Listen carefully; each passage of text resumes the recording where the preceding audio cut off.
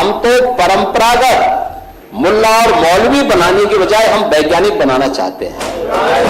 APJ Abdul Kalam बने तो वैज्ञानिक बने। स्कूलों में फ्री एजुकेशन की व्यवस्था की जा रही है, आधुनिकीकरण किया जा रहा है।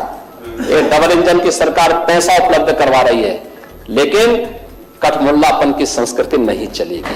सीएम योगी आदित्यनाथ के कठमुल्ला बयान पर एआईएमआईएम अध्यक्ष असदुद्दीन ओवैसी ने तीखी प्रतिक्रिया दी है।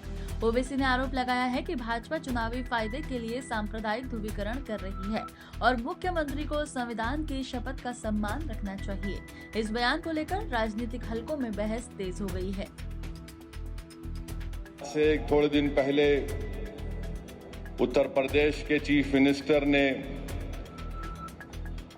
उत्तर प्रदेश की असेंबली में ये कहा कि उर्दू पढ़ना कठमुल्लाओं की तरह मौलाना बनाना की बात है, साइंटिस्ट नहीं बनते।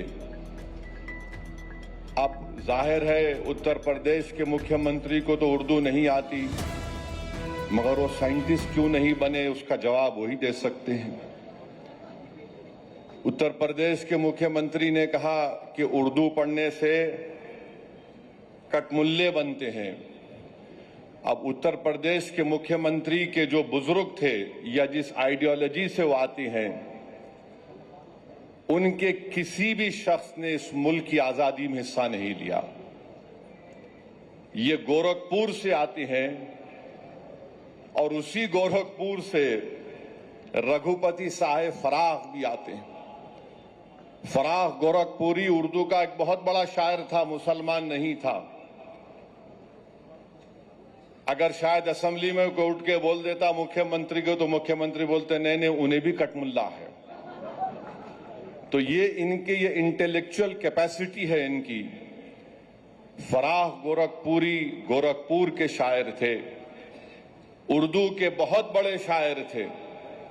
अब मेरे अजीज दोस्तों और बुजुर्गों, जिसके जहन और दिल पर गहन लग चुका है, तो दुनिया की कोई रोशनी उसके सर पे नहीं पहुंच सकती।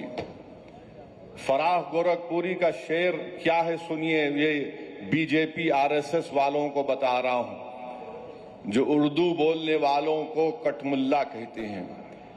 फराख गोरखपुरी ने कहा था, सरजमीन हिंद पर अक़वाम आलम के फराख, सरजमीन हिंद पर अक़वाम आलम के फराख, काफिले बसते गए हिंदुस्तान बनता गया।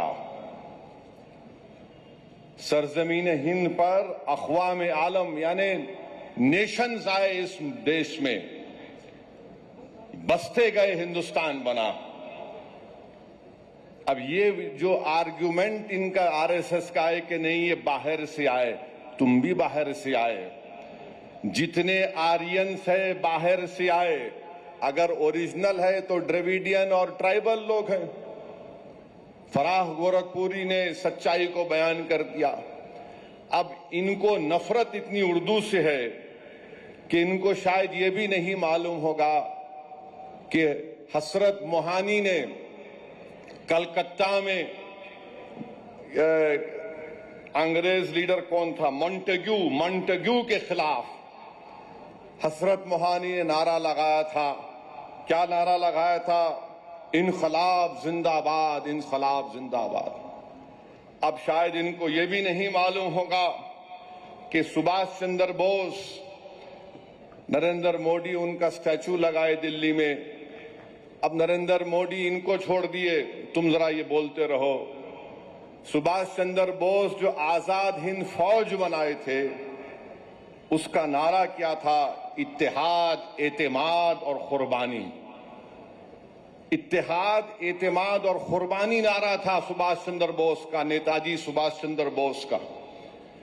इस हैदराबाद से वजीर सुल्तान एक मशहूर फैमिली थी, उनके एक खानदान के फर्द नेताजी के साथ चले गए भारत छोड़ के। इसी मुल्क में हैदराबाद के सफरानी साहब थे, नेताजी के साथ चले गए। ये नहीं मालूम शायद मुख्यमंत्री को, तो यहां हैदराबाद से हम मुख्यमंत्री को ज्ञान दे रहे।